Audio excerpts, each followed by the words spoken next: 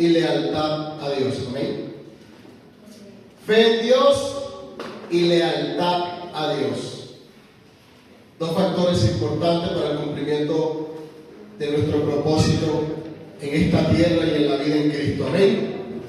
Tenemos que tener fe en Dios y lealtad. Sin fe y sin lealtad no hay nada. Entonces, con la fe en Dios y la lealtad en Dios cumplimos ese propósito con el cual Él nos ha llamado. Amén. Nos llamó con amor, con misericordia, con bondad. Por tanto, nosotros debemos ser fiel y leal a Dios. Y en esta mañana, ¿qué dice Hebreos capítulo 11, verso 1? Yo creo que todos deberíamos saberlo. Amén. ¿Quién no se sabe Hebreo? No levante la mano. 11 capítulo 1. ¿Ah? No levante la mano que no se lo sabe. Amén. Iglesia, hay que memorizar la escritura porque en los momentos difíciles de nuestra vida, lo que veíamos en la película anoche, en esos momentos difíciles de oscuridad en nuestras vidas es la palabra. Y el salmista David decía que él se deleitaba, ¿verdad?, en la ley de Jehová, la cual meditaba de día. Y siempre hemos comentado que eran muy poquitos los libros que David tenía para escudriñar. Imagínense David escudriñando Números, Levítico, que son libros, ¿verdad?, de censo, de leyes y cosas así. Y David decía que para él era un deleite, ¿sí?, meditar en la ley de Dios. ¿Y qué dice Hebreos capítulo 11, verso 1? ¿Qué es? ¿Qué es pues la fe, iglesia? ¿Qué? La certeza de lo que se espera, la convicción de lo que no se ve. ¿Amén? Eso es la fe. Hemos escuchado repetidamente que es la fe. Y para agradar a Dios es necesario tener fe. Vamos allí mismo a Hebreos 11:6. Ese sí, de pronto no se lo voy a pedir que se lo sepan. Amén. Estamos en el 11, ya leímos el 1. Vamos a leer ahora el versículo 6. Un valiente que me diga qué dice Hebreo. Y saben que me gusta que todos leamos y que todos aprendamos. Amén. Que todos participemos de la enseñanza. Amén. ¿Qué dice Hebreo 11:6? ¿Qué nos recomienda? Amén. Cuando nos acerquemos a Dios, ¿qué nos recomienda? Pero sin fe es imposible agradar a Dios, porque es necesario que el que se acerca a Dios crea que le hay y que es galardonador. Es galardonador de los que le buscan. Amén. Dios bendiga a la hermana. Amén. Si nos acercamos a Dios, pueden tomar asiento. Si nos acercamos a Dios, ¿qué es necesario? Creer que Él está ahí. Amén. Porque el que se acerca a Dios tiene que creer que Él está aquí. No lo vemos, pero lo sentimos. No canto porque se irían todos de la iglesia. ¿Amén? No puedo ver, pero mi corazón te siente, dice la alabanza, ¿verdad? Y no son cosas de qué? De mi mente. Ahora busquen Romanos capítulo 14, verso 23. 14, 23. Es necesario tener fe. Acercarse a Dios creyendo, y Él es galardonador de los que le buscan. Amén. Con todo y eso, Dios siempre está allí para... ¡Qué bendición! Siendo vil y menospreciado y siendo de los peorcitos, Dios está allí para recompensarnos. Amén. Y nosotros debemos tener esta convicción, esta certeza de que Dios está allí. Y si tú te acercas a Dios, cree que Él está allí. Amén.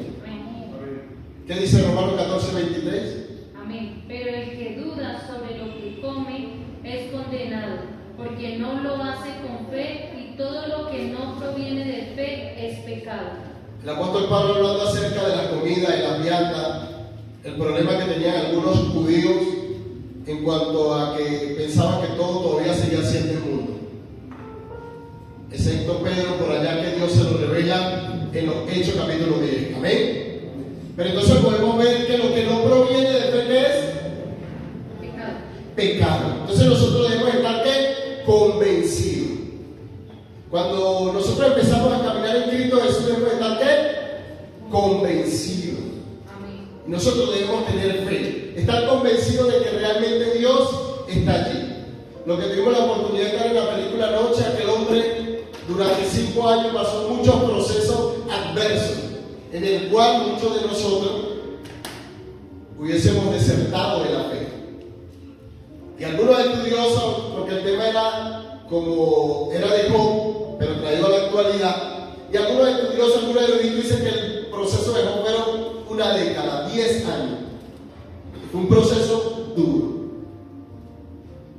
Job tuvo que haber tenido una fe inmensa para poder resistir en medio de todos esos procesos. Y en medio de todos los procesos Dios también está pidiendo lealtad. En medio de toda nuestra situación Dios está pidiendo ¿qué? Lealtad. Y para servirle a Dios, Dios que aspira de nosotros, lealtad. Dios quiere que usted y yo seamos leales a lo que Él nos ha entregado. Dios quiere que nosotros seamos fieles hasta la muerte, dice la Escritura.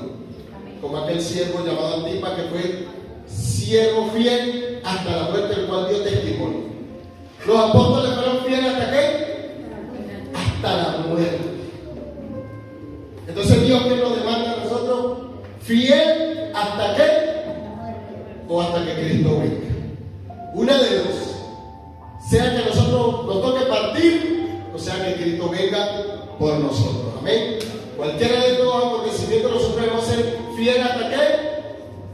Hasta la muerte. Y la lealtad es algo que Dios nos demanda.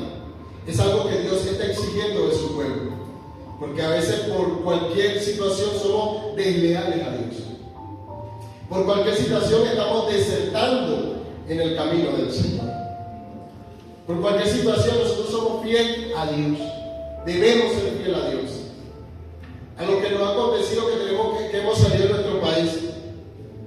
El hecho de que ya no estemos en nuestro país, en la iglesia de pronto donde nacimos. ¿Qué nos está pidiendo Dios a nosotros? Lealtad y fidelidad. ¿Y cómo lo hacemos? Siguiendo el servicio que ya hemos empezado de antemano en otra nación. Dios no nos está pidiendo más nada. ¿Qué nos está pidiendo Dios? Yo creo, amada iglesia, que nosotros debemos mentalizarnos en eso.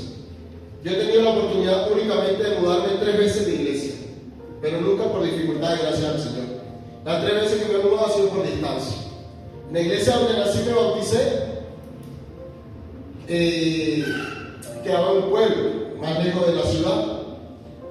Cuando a mí me tocó estudiar en la universidad, se me hizo difícil vivir en ese pueblo y estudiar en la universidad, porque era lejos, no sé, como 2 horas de camino, ¿sí?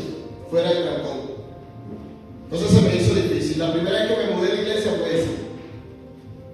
Me tocó mudarme, vivir más cerca de la universidad, estar más cerca, porque a veces había días, de pronto una vez tuve un trabajo y me costaba hasta llegar a la casa. Estudiar de noche, quedarme esperando donde mi mamá regresar a trabajar, me costaba. Y la segunda vez que me mudé de iglesia fue cuando vine acá a Bogotá. Yo creo que una de las cosas que nosotros debemos aprender es lealtad, fidelidad a Dios. No importa si te mudas, no importa si te vas, donde vayas. Debemos ser fieles aquí. A Dios es que debemos ser fieles. No importa si usted hoy le toca irse a la China, pero allá usted tiene que ser fiel. Y para servir a Dios, Dios necesita hombres y mujeres leales. Amén. A veces queremos aspirar puesto en Dios y no somos leales. ¿Cómo Dios nos va a dar un puesto dentro de su cuerpo y dentro de la iglesia si no somos leales a Dios, a sus principios? ¿Cómo pretendemos que Dios realmente nos honre? Y hay mucha gente reclamando esto. No me prestan atención, no me toman en cuenta, pero ¿qué tan leal eres a Dios? ¿Qué tan fiel realmente tú eres a Dios y a los principios? ¿Qué tan realmente tan leal somos a Él? Lo primero que necesitamos es fe y luego lealtad. Y vamos históricamente a estudiar lo que es la lealtad de los valientes de David. ¿Cuántos han escuchado los valientes de David? Amén, con fuerza. Los valientes de David fueron un grupo selecto que por sus hazañas se le otorgó puesto. Pero tomen en cuenta que cada hazaña siempre tiene que estar en el Espíritu Santo, porque las obras que ellos hicieron no creo que haya sido por su propia voluntad ni por mérito de hombre. Entonces es necesario que cada uno de los que aspiramos servir pedirle a Dios, también seamos leales, seamos fieles. Porque mucha gente critica el liderazgo, los pastores. No, los pastores no me toman en cuenta. Pero realmente, ¿cuánto tú tomas en cuenta la obra del Señor? Porque yo creo que una de las personas que más critica y más arreglan lugares son los inconstantes. Eso tienen un camión de quejas, pero ellos su inconstancia que no hay quien se la critique. Porque no hay quien mi inconstancia no me la puede criticar porque me están dando duro y Dios es amor. Entonces Dios a quién ha llamado, a hombres y mujeres valientes o cobardes. Y esto lo vamos a analizar con la palabra, porque nada sirve uno pararse aquí y decir cosas que Dios realmente no diga en su palabra. Hoy vamos a utilizar un personaje, los valientes de David, pero vamos a hacer algo, utilizar a David como un tipo de Cristo. David como aquel hombre que hace un tipo de Cristo, sí. Los tipos son símbolos que señalan algo, mayormente futuro. Entonces David pasa a ser un tipo de Cristo. ¿En qué sentido? David era pastor, ¿cierto? Rey ungido, reino permanente para siempre. ¿Cuántas veces le dijeron a Cristo, hijo de David? ¿Cuántas veces? ¿Cuántas veces la Biblia para referirse a Cristo dice David? Muchas veces.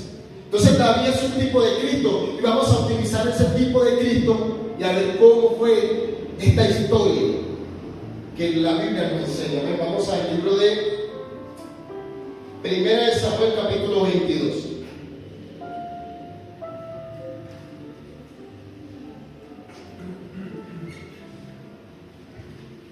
Primera de Samuel capítulo 22 verso 1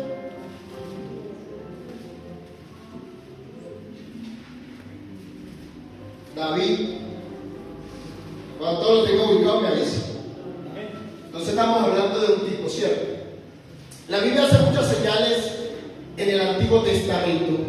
Un tipo obligatoriamente tiene que ya estar manifestado en el Nuevo Testamento. Si no, no es un tipo, simplemente puede ser una alegoría o una figura. Pero David es un tipo porque David también se asemeja al carácter de Dios. Amén. Entonces, en el Antiguo Testamento hay demasiados tipos de Cristo. ¿Quién me puede decir uno? Alguien que haga la representación de Cristo una cosa, un elemento. ¿Qué usted cree? Abraham. Elías. Alguien que me diga un tipo de Cristo en el Antiguo Testamento. Cristo dijo que era ¿qué? El pan de vida, ¿cierto? Entonces el maná, ¿qué hace? Un tipo de Cristo, ¿cierto?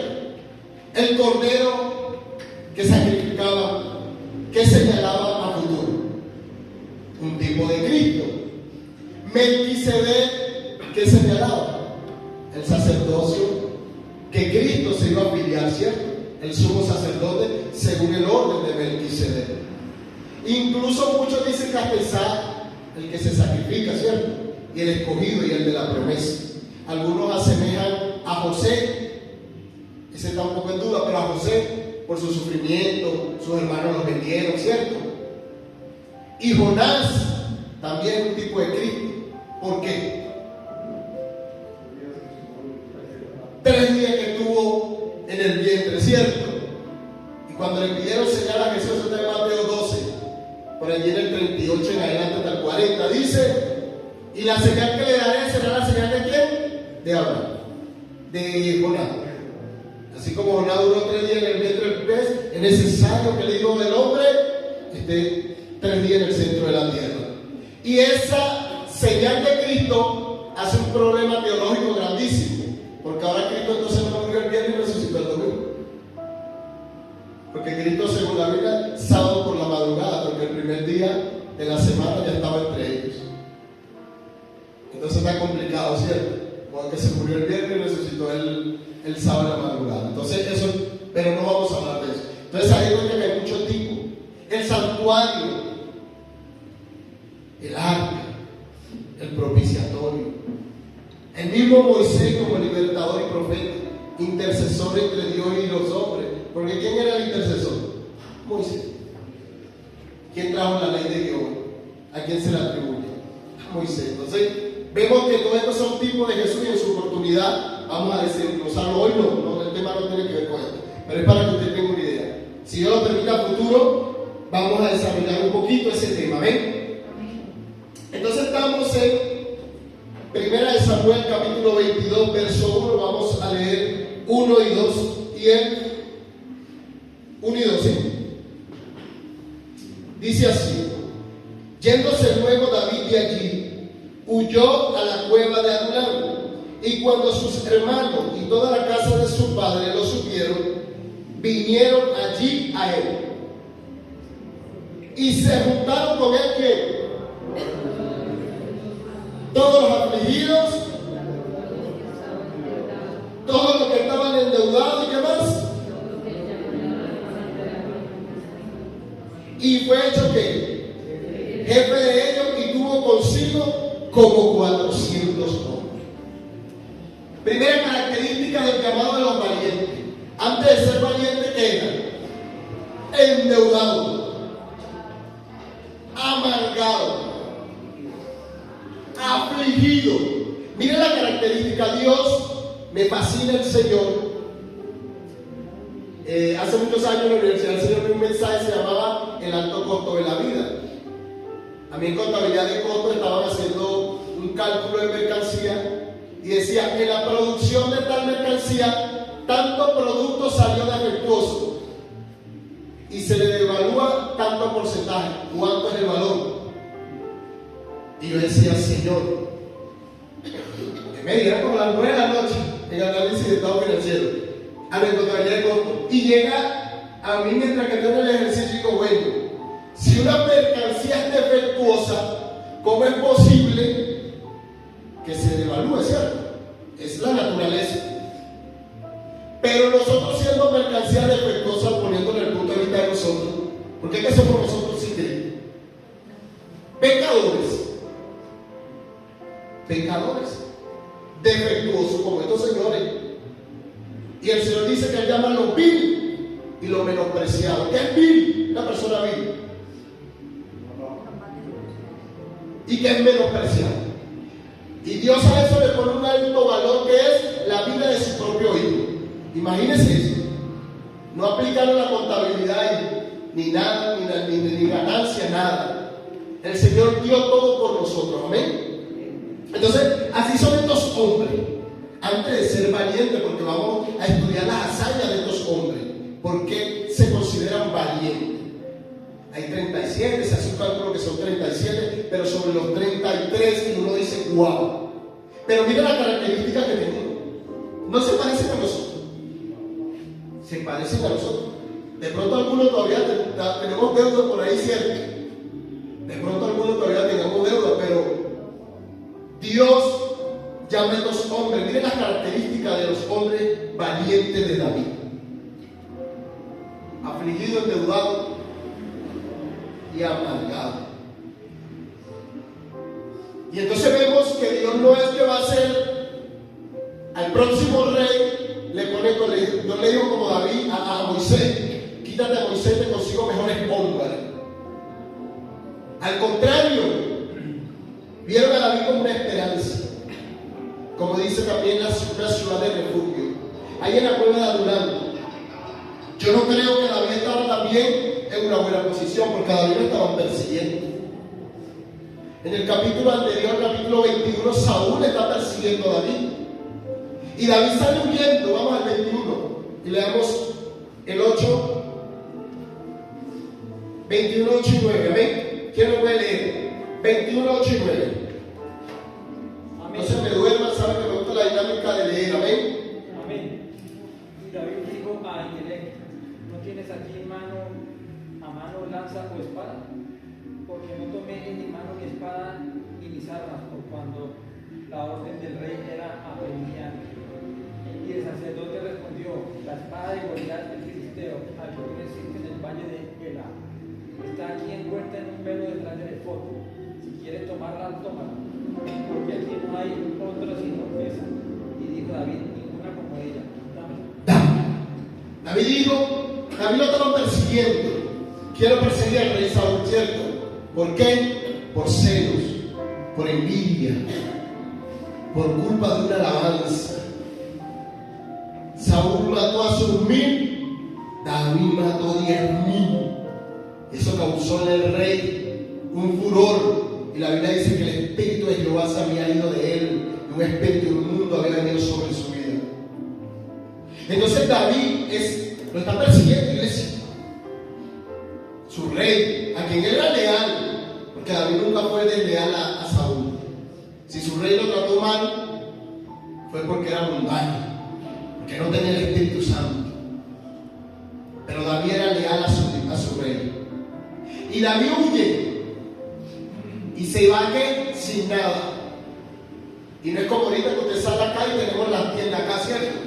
En esa época no, ni mucho menos tarjeta de crédito, ni Nequi, ni Bancolombia, nada de eso. Y David llega donde está el sacerdote y le dice: no le digo que Saúl me estaba persiguiendo, pero aquel hombre le dice: no tengo espada, no tengo lanza. ¿Y qué es lo primero que hace Dios en tu vida? Traerte confianza. Porque ¿qué significa esa espada? ¿Qué cree usted que David desanimado, su rey persiguiéndolo con una mano adelante y una mano atrás? Aquí en Colombia los que son desplazados saben qué es eso. Y David llega a aquel lugar, yo me imagino angustiado, sin comida porque también tuvo hambre. Y ahí le dieron el pan del propicio, del sacrificio. Entonces David, yo me imagino cuando aquel sacerdote le da la espada, ¿qué usted cree que produjo eso en su vida? Seguridad, confianza. Porque él no mató a Sansón, él no tenía la capacidad. David estaba consciente de eso. Cuando David mata a Sansón, a Goliat, ¿qué dice?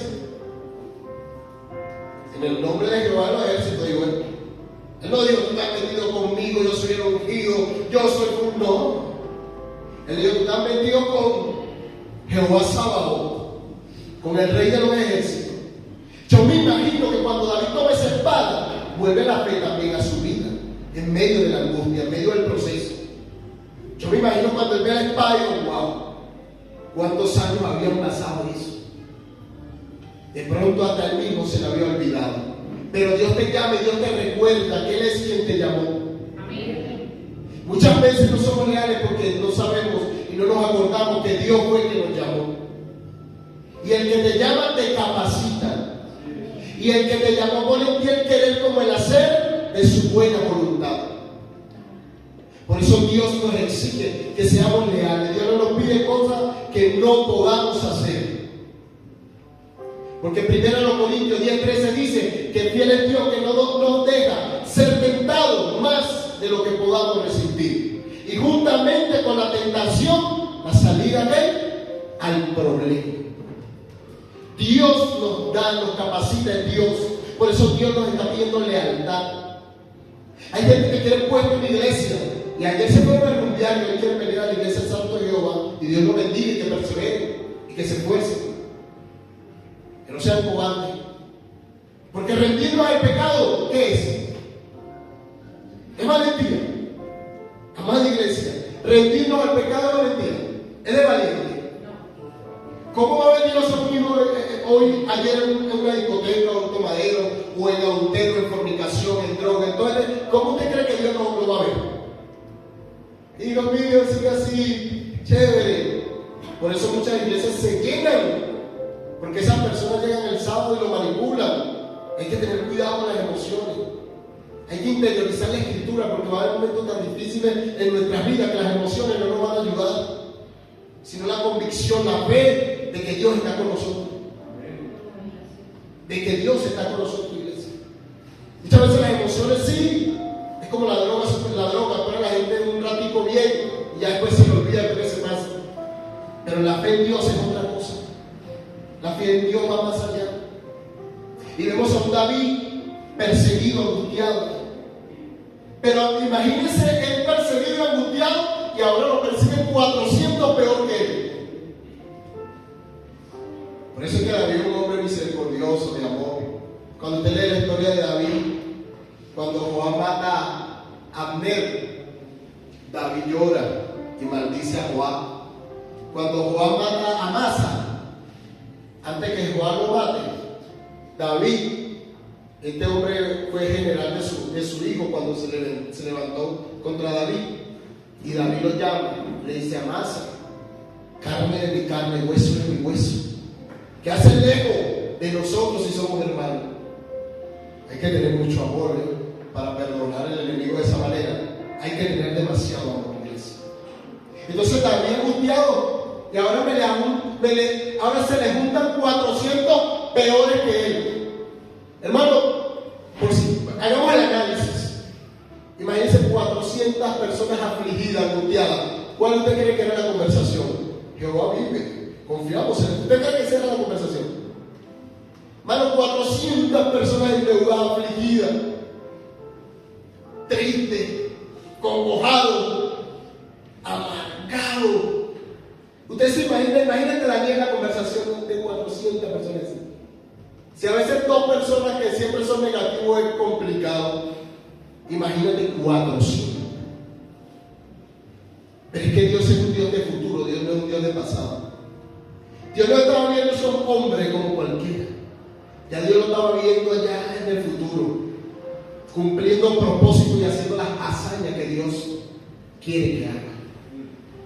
Usted y yo, iglesia, ¿hace cuánto Dios nos llamó? Ya tenemos que estar haciendo las hazañas, los valientes de Jehová, los valientes de Cristo. Ya nosotros debemos, porque sí, Dios nos saca del lodo cenagoso a todos, del pecado, de la inmundicia, nos limpia, nos purifica, nos pone ropa nueva, nos da una identidad, nos llama hijo, nos constituye su hijo. Pero ellos será que quedaron toda su vida como amargados, como angustiados, como afligidos y como endeudados. Ese es el problema que a veces tenemos, no discernir quién es nuestro Dios. Por eso es importante la fe, porque a veces seguimos año tras año en la misma vida y Dios nos llama así. Amada iglesia, yo recuerdo cuando en el 2010, cuando recibí al Señor, cuando el Señor me llamó, yo estaba en construcción y yo tenía así montado un burro así, un andamio así, y yo trabajaba con estábamos 2 compañeros. Yo estaba nuevo. Los primeros 2 meses no entendía la escritura, pero un acto de fe fue un momento espectacular para mi vida que me recuerdo como que fuese ayer. Incluso mi esposa estaba hasta lavando ahí, y yo por fe le puse la mano así porque no entendía. Y yo fui buen estudiante de bachillerato. Yo le dije: Señor, ¿cómo es posible que yo en bachillerato era buen estudiante y yo esto lo hago? No entiendo nada. Y un momento que me puse la mano así en la frente, y hubo algo que pasó en mi vida así, pero un momento extraordinario. Y fue instantáneo. No le puedo decir que fue un mes, 2 meses después, no. Fue en el instante. Empecé a escudriñar poco. Y recuerdo que a mi hija mayor le había comprado los útiles del colegio. Salí corriendo en un cuaderno. Desde ese día tengo el hábito de escribir, de estudiar, de escudriñar, de preparar, de buscar qué Dios quiere para mi vida y no solo para la mía. Y desde ese día yo he perdido el hábito de escribir. Y a través de eso el hermano Eliezer que trabaja en altura, entonces eso al tipo así, hermano Eliezer, como alto más alto. Y yo tenía la herramienta en la mano. Y yo me movía así, pero estaba en la pared al frente como los locos que somos los cristianos, ¿ven? Y yo allí, predicándole a la pared, nunca en mi vida había predicado, nunca en mi vida había evangelizado, no sabía nada de eso. Y yo ahí predicándole a la pared, y el muchacho me toca para acá: ajá, tú quieres ser predicador, ¿verdad? Y yo digo: claro que sí. Yo: tranquilo, que Dios te tiene para eso. Y él era mundano, él no era cristiano. Y así, y hoy 15 años, 16 años después, casi 16 años, acá estamos, ¿sí? Lo vil y menospreciado que éramos antes no es lo que Dios ve. A veces nos quedamos en el pasado, iglesia. A veces nos quedamos allá donde éramos, como decía anoche en la película, ¿cierto? Como el hombre quiso hacer obras buenas y el diablo le dijo: ¿cómo es que tú haces obras buenas si sigues siendo el mismo malvado de toda la vida? ¿Tú crees que porque pongas una monedita allí vas a mejorar tu vida? Y así muchas veces el enemigo quiere jugar con nuestra mente. Y aquellos hombres se juntaron a David peorcito del barrio, lo peorcito del pueblo. Y así el enemigo muchas veces nos quiere tener. Pareciese que nunca hubiésemos renacido en Cristo. Pareciera que nunca Cristo hubiese dado la vida por nosotros y nos hubiese dado posiciones juntamente con Él. Le dice el apóstol Pablo en los Efesios, ¿cierto? Que Cristo nos sienta en lugares altos juntamente con Él. Y dice la Biblia que ya somos ¿qué? Una nación de sacerdotes y reyes. No entendemos la posición y seguimos allá, en lo debajo, en la oscuridad, en las tinieblas. Nos parecemos un Mefibosé que lo sacan y lo sientan a la mesa real y le devuelven todo. Debemos entender, iglesia, que Dios nos dio esta posición. Ya basta de vivir como que no hubiésemos renacido en Cristo Jesús. Ya basta de vivir como que Cristo nunca hubiese nacido por nosotros. La película de anoche, el sellito que era la resurrección, ¿cierto? Porque es lo que nos da esperanza, es lo que nos da vida. Yo me imagino a David cuando agarró esa espada y dijo David, si esta es la mejor, dijo David, esta es la mejor. Entonces Dios nos va a recordar todos los días que la victoria ya está. Somos más que vencedores en quién? Cristo. Más que vencedores. No somos cualquier vencedor, somos más que vencedores en Cristo. Entonces ya es el momento de que pasemos a la siguiente fase. Es momento de salir, hermano, hermana.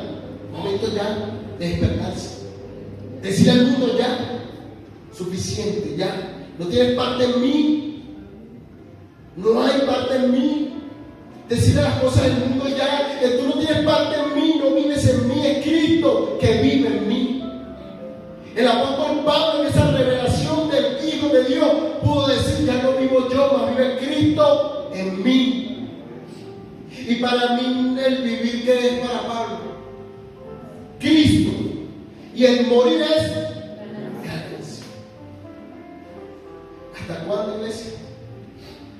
Los dones, los talentos. ¿Hasta cuándo vamos a pasar a la fila ya? No de los endeudados, de los que andaban sufriendo, de los... No. Es tiempo ya de pasar la página. Vamos allí a 2 de Samuel. Por favor. 2 de Samuel. 2 de Samuel 23, por favor.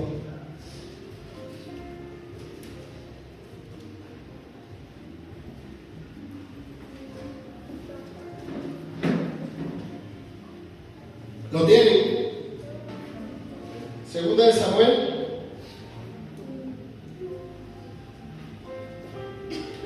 Leí 23, 8, ¿sí?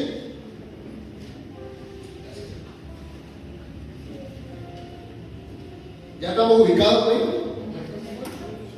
2 de Samuel 23, versículo 8. ¿Ya? Hay que pasar la página. Acabamos de pasar la página de la Biblia.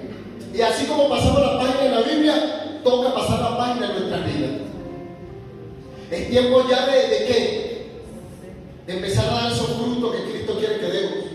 Y sin importar la edad. Porque Jeremías le dijo al Señor, Señor, soy un niño. Soy niño. El Señor le dijo, no diga que eres niño, porque lo que yo te voy a mandar, hazlo. Porque es Dios que está con nosotros.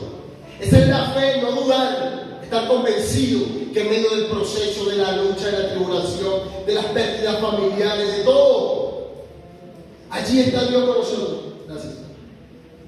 Ahí está Dios con nosotros. Si estás atribulado, Dios está contigo. Si estás en proceso, Dios está contigo. Si estás endeudado, Dios está contigo. ¿No? ¿En qué momento Dios ha dicho que no nos va a estar con nosotros? Él prometió que hasta el fin estaría con nosotros. Él prometió que estaría con nosotros hasta el fin. Entonces vemos ahora la otra faceta, que es la que Dios está viendo de nuestra vida. Pero nosotros seguimos quedados, nosotros seguimos allí en 1 de Samuel capítulo 22, ¿cierto? No el que leímos hace rato.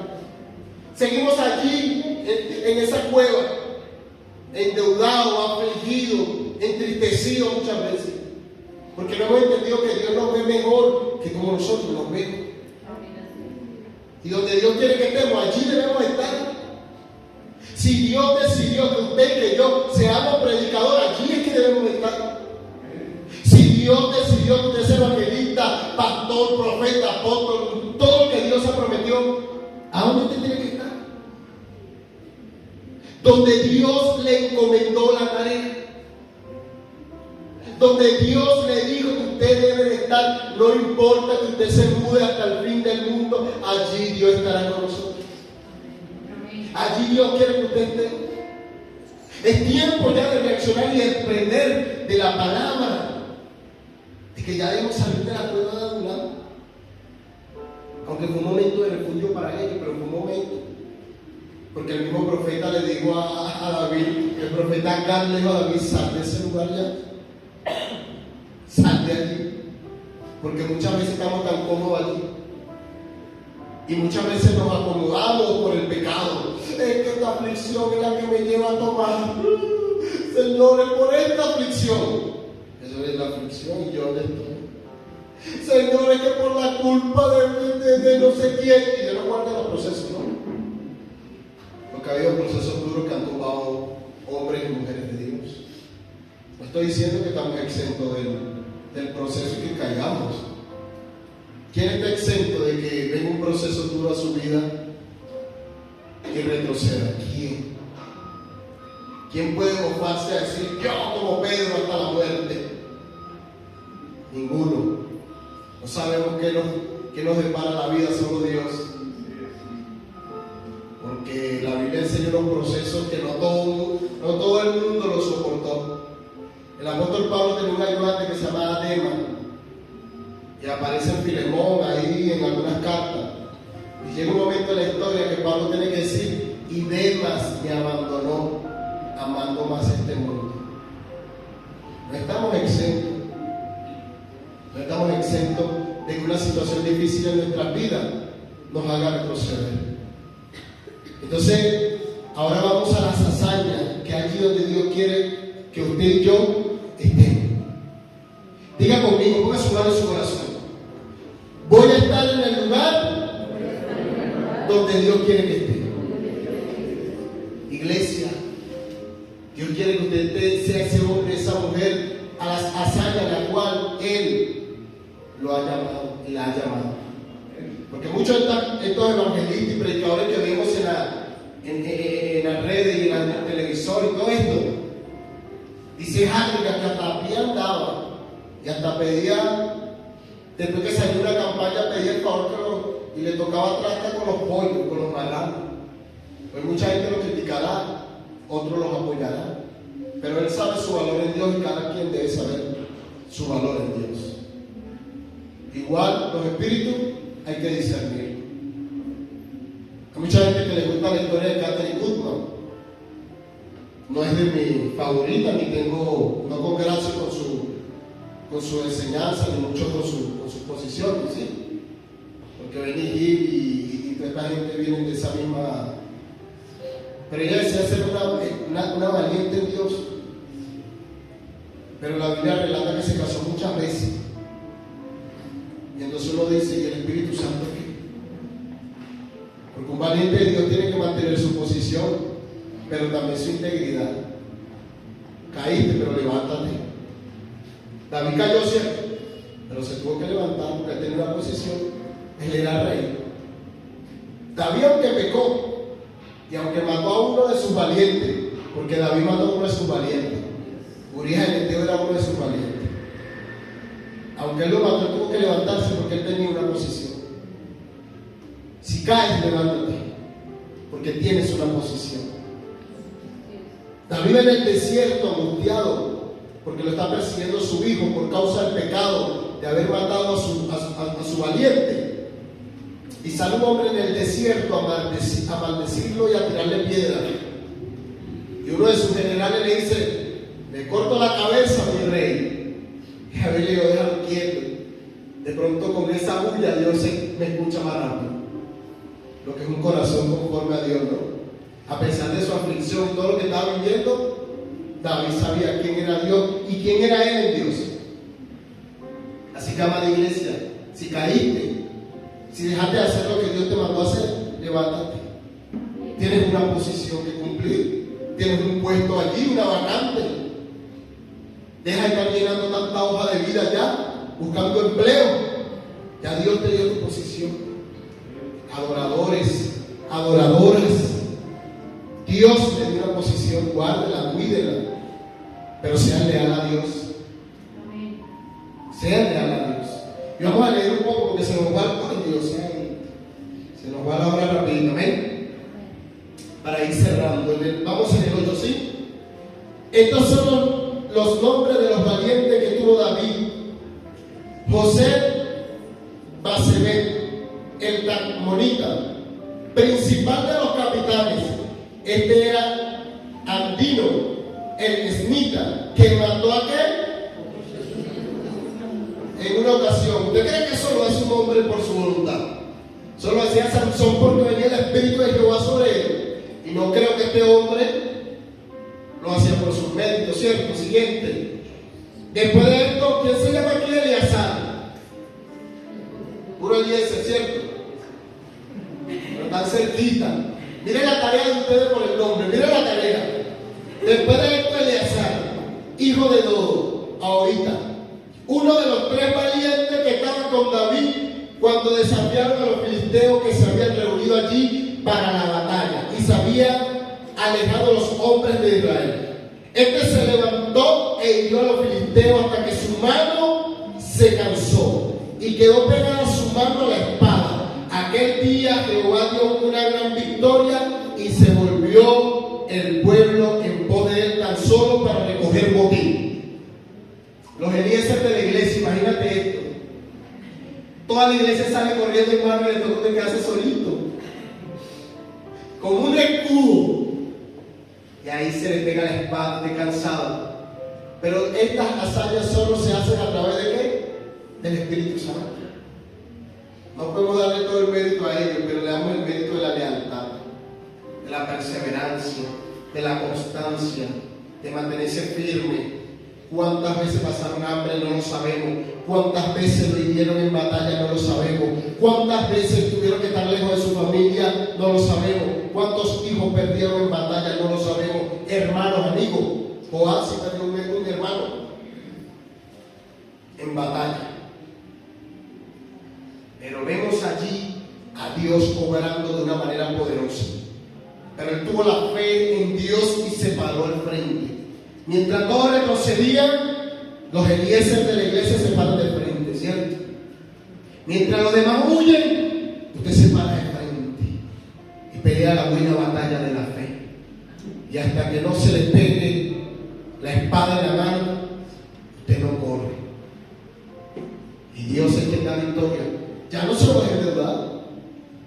Ya estos no son los que estaban afligidos. Ya no son los que estaban empobrecidos. Ya no son los que andaban. Bueno, yo me imagino que los filisteos sí lo vieron todos malhumorados, bravos contra ellos. Pero ya no eran los mismos. Cuando nos encontramos con el Cristo de la gloria, no podemos seguir siendo los mismos. ¿Cómo es posible que alguien diga, me conseguí con Cristo, y siga siendo el mismo? Perdone mi iglesia por lo que voy a decir, pero eso se llama hipocresía. Encontrarte con Cristo hay cambio. Y la Biblia enseña que hasta el nombre te cambia. Ya no eres Saulo de Tarso, ya eres Pablo de Cristo. Ya no eres Saulo porque me persigues. Ahora eres Pablo. Cuando nos conseguimos con Cristo ya dejamos de ser estos endeudados de iglesia. Esto es para análisis personal.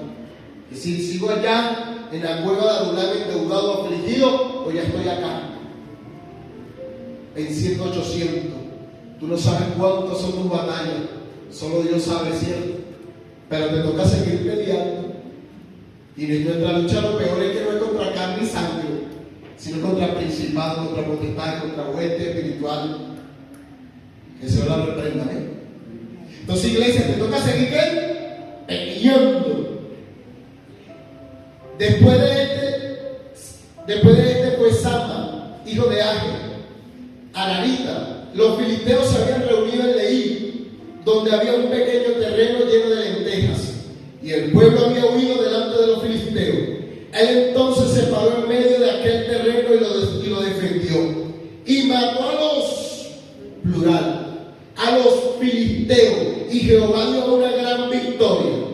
Y 3 de los 30 jefes descendieron y vinieron en tiempo de siega a David. ¿A qué cueva? A la de Adulam, haciendo una reubicación de sus hazañas en tiempo de angustia. Esto eran los afligidos, los angustiados. Y en medio de su angustia, su aflicción, lograron hacer grandes hazañas en el Señor. En medio del proceso no podemos rendirnos. Tenemos que seguir batallando. Tenemos que seguir caminando. Tenemos que seguir avanzando. En medio de los procesos de la lucha, Dios bendiga al pastor, la pastora, en medio de sus procesos han seguido avanzando. Amén. Otros por menos han dejado la fe.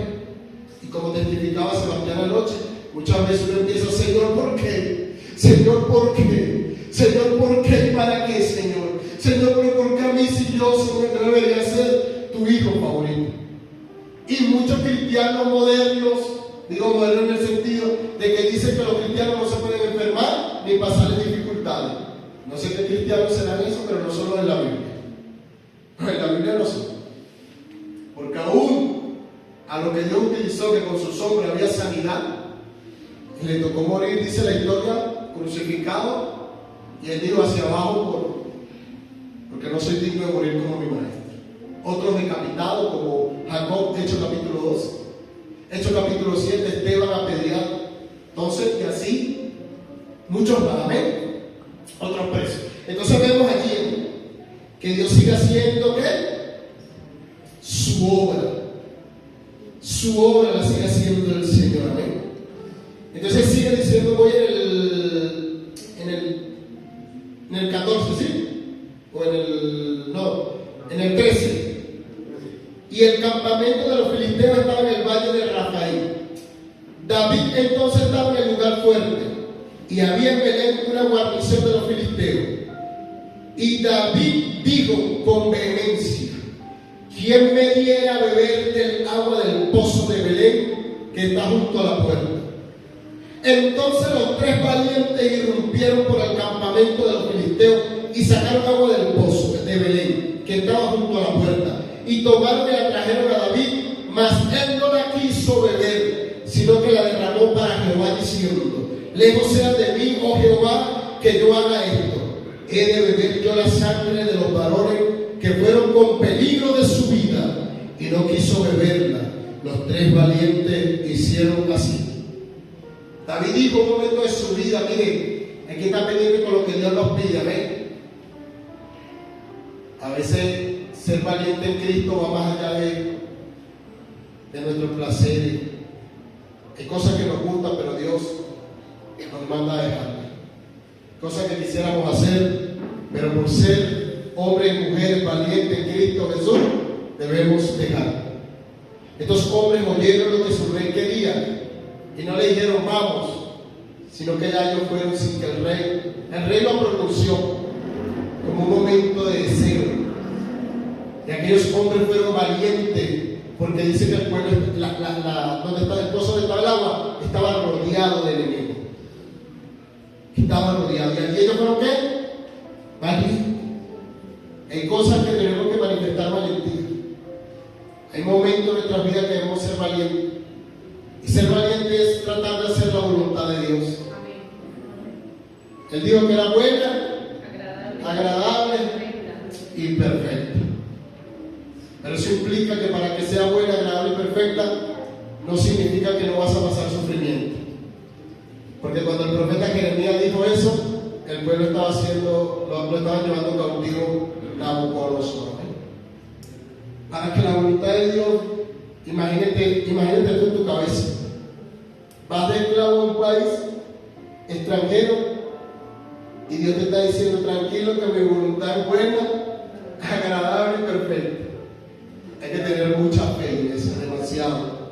La Biblia nos enseña mucho reto. A veces vivimos el evangelio muy largo, muy relajado. Pensamos que vivir el evangelio es vivir como queremos, cuando queremos y andamos como queremos. No. Vivir el evangelio es buscar lo que Dios ha dicho que debemos cumplir. Lo que Dios quiso. Y el 18. Y Abisaí, hermano de Joab, hijo de Sarvia, fue el principal de los 30. Este alzó su lanza contra 300 y a quienes mató y ganó renombre con los 3. Él era más renombrado de los 30 y llegó a ser su jefe, mas no igualó a los 3 primeros. Cada uno hacía una hazaña, pero extraordinaria. Pero había 3 arriba que habían hecho lo inédito. Habían arriesgado su vida hasta lo último. Y es allí donde usted puede notar lo que significa para Dios los profetas y los apóstoles que están en la Escritura. Hicieron hazañas tan insólitas en Cristo Jesús que quedaron para la posteridad. ¿Cuántos años hace que Pedro, Pablo, Juan, Mateo, Juan Marcos, que es el escritor de Marcos, hicieron hazañas extraordinarias para Dios, confiaron, creyeron, y 2000 años después todavía se sigue hablando de lo que ellos hicieron? Porque se atrevieron realmente, fueron atrevidos a hacer la voluntad de Dios. Y yo creo que ese es el reto, la lealtad, atrevernos a hacer lo que Dios nos está mandando a hacer. Eso es lo que Dios nos manda a hacer, nosotros debemos atrevernos. Y Abisaí, ellos son 3 hermanos, Abisaí, Joab y Asael, creo que es el otro, no recuerdo bien ahorita. Alguno de ellos lo mató Abner. Ellos son 3 hermanos. Y miren, pasaron a ser 3 grandes hombres en Dios. Aunque Joab tuvo problemas, dificultades. Déjame decirte, iglesia, que hay que seguir cumpliendo el propósito de Dios. Y este trabajo solo se hace con la llenura del Espíritu Santo. Sin el Espíritu Santo nosotros no podemos hacer esta obra. Cuando Dios, en el Nuevo Testamento, para ir pasando, Hechos capítulo 6, cuando llama a los diáconos, ¿qué tienen que ser? ¿Hombres qué? ¿Lleno de qué? ¿Y de buen qué? Para servir a Cristo, que Dios nos está pidiendo, llenarlo de Él y vivir una vida en buena conducta. Eso es lo que Dios nos está pidiendo, ¿cierto? Llenarlo de Él y vivir una vida de buena conducta. Pero no buena conducta que solo me parezca a mí. Porque hay muchos que pensamos que la buena conducta es que nos parezca a nosotros, que la gente testifique, ¿cierto? Que usted y yo somos hijos de Dios. Amén. No sea que un día que se ponga uno en la puerta y llegue alguien y diga, uy, pero tú no fuiste el que me golpeaste, ahora te va a quedar en la puerta uniformado. Hay que tener cuidado con esto, ¿eh? Amén. Entonces seamos leales, iglesia. Y lo contrario a lo valiente que es. Y Apocalipsis 21:8 que dice que los cobardes no heredarán el reino de los cielos. Los cobardes, hermano, entregarse al pecado es un acto de cobardía. Por eso hoy hay un reto de parte de Dios y a través de su palabra, que no te entregues al pecado porque es un acto de cobardía. Y los cobardes no heredarán el reino. 21:8, 7:8, Apocalipsis, hablando de cielo nuevo y tierra nueva. Porque el fin de todo esto, ¿qué es? La salvación de vuestra alma, dice Pedro. ¿Eh? Entonces dice Apocalipsis 21:7, el que venciere heredará todas las cosas y yo seré su Dios y él será mi hijo. El que venciere son los valientes, ¿cierto? Pero los cobardes e incrédulos, los abominables y homicidas, los fornicarios y hechiceros, los idólatras y todos los mentirosos tendrán su parte en el lago que arde con fuego y azufre. Los cobardes, y el primer acto de cobardía es no tener fe. Y no tener fe no puedes agradar a Dios. Los que retroceden no agradan el alma del Señor. El Señor, hablando de Juan el Bautista, dijo: el reino de los cielos sufre que. Primero dice: no hay hombre nacido como Juan el Bautista. Mateo 12:14 creo que es, o 11:14. Mateo 11:14 o 12:14. Uno de esos dos. Entonces, el reino de los cielos que sufre violencia. Y solo lo que los violentos son los que se paran firme en la brecha. No es para discutir y para pelear con otro. Esto no es para discutir ni para pelear con otro. Esto es para levantarse en el nombre de Jesús y decir: sí puedo. Que ya no quiero avanzar, sí puedo en Cristo Jesús. sigo avanzando. Amén. Se levantó la tempestad, sigo avanzando. Y el Señor dice así, esto lo dijo el Señor Jesús, desde los días de Juan el Bautista hasta ahora, el reino de los cielos sufre violencia y los violentos lo arrebatan. Aquellos que se paran a la brecha y dicen, sigo avanzo, no me dejo vencer. Ya Dios venció por mí, yo solo debo apropiarme lo que Dios me está entregando. Si ya ha pasado el tiempo, es momento de empezar con las hazañas. Es tiempo de empezar con las hazañas que Cristo quiere que hagas. Es un reto para todos los que servimos a Cristo. Si Dios lo llamó como pastor, predicador, evangelista, misionero, servidor, todo lo que Dios nos ha llamado, a todos nos llamó a servir. Es tiempo de levantarse y cumplir el llamado. Amén. Negarse al llamado es posponer todo lo que Dios tiene para nosotros. Negarse al llamado que Dios le está haciendo, mi hermana que se está preparando. Es seguir, hermano Dani, todo lo que estamos sacando, hermano, todo. No posponer lo que Dios ha determinado para nuestras vidas. Amén. Pongámonos en pie para darle gracias al Señor en esta mañana. Porque Él es bueno. Amén. Y si puede aplaudir para que Cristo aplauda.